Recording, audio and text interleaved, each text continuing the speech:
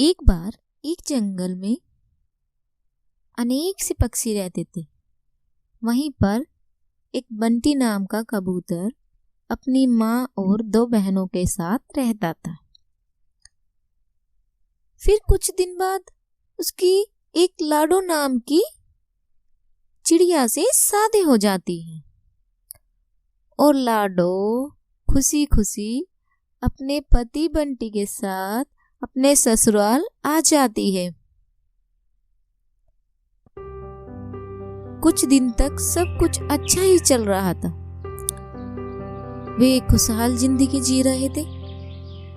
फिर कुछ दिन बाद लाडो माँ बन जाती है और वह एक बेटी को जन्म देती है और तभी बंटी बाहर से आता है।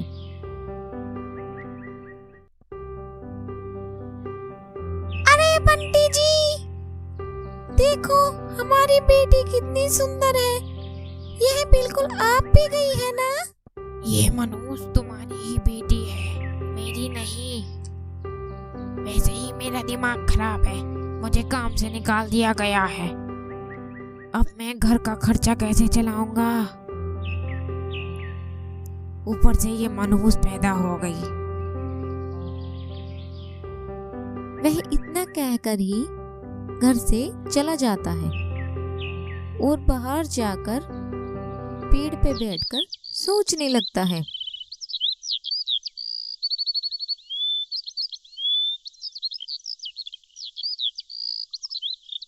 मेरे पास तो कोई काम ही नहीं रहा।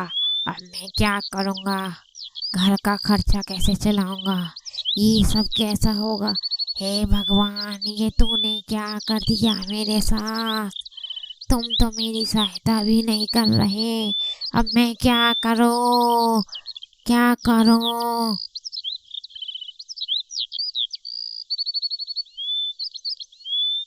बेचारा बंटी परेशान होकर आत्महत्या कर लेता है। फिर वहां बेचारी लाडो रो रो कर बहुत परेशान थी।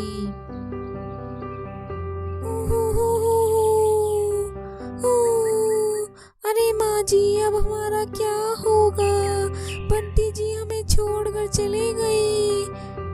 अब तो लाडो का क्या होगा?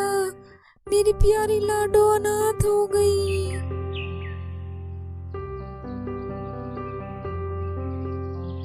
अब बेचारी लाडो दाने दाने के लिए मोहताज हो गई थी। लाडो फिर अपने पड़ोसी के पास सहायता के लिए जाती है, लेकिन उसे वहां से भी निराशा ही मिलती है।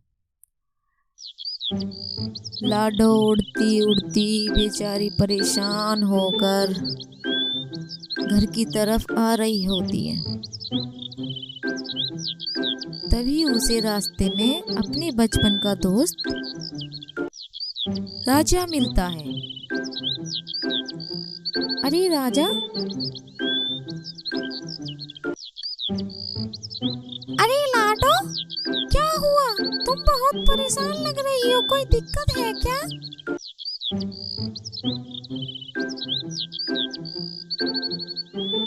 अरे राजा, मेरे दोस्त, मैं बहुत परेशान हूँ। तुम्हें क्या ही बताऊँ। जब से बंटी जी की मृत्यु हुई है हम बहुत गरीब हो गए हैं। हमारे पास अपना घर भी नहीं रहा, कुछ खाने के लिए भी नहीं है और ना ही कुछ काम है।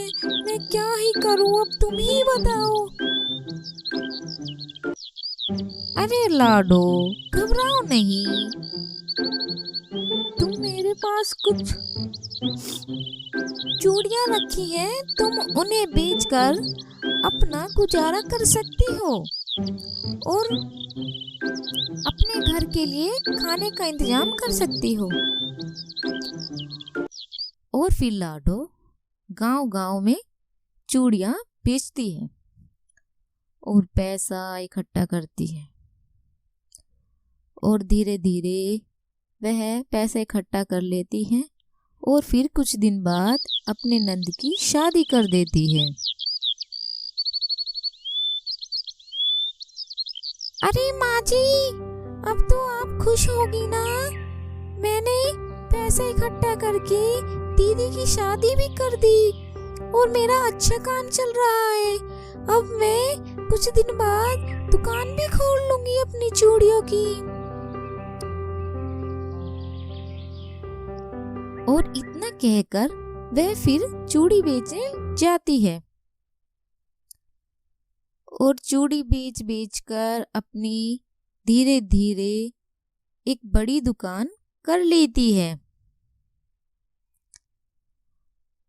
और फिर उन पैसों से अपना एक नया घर भी ले लेती है और वह अपने परिवार के साथ उस नए घर में एक खुशहाली का जीवन बिताती है और उसकी चूड़ियों की दुकान भी अच्छी चलती रहती है।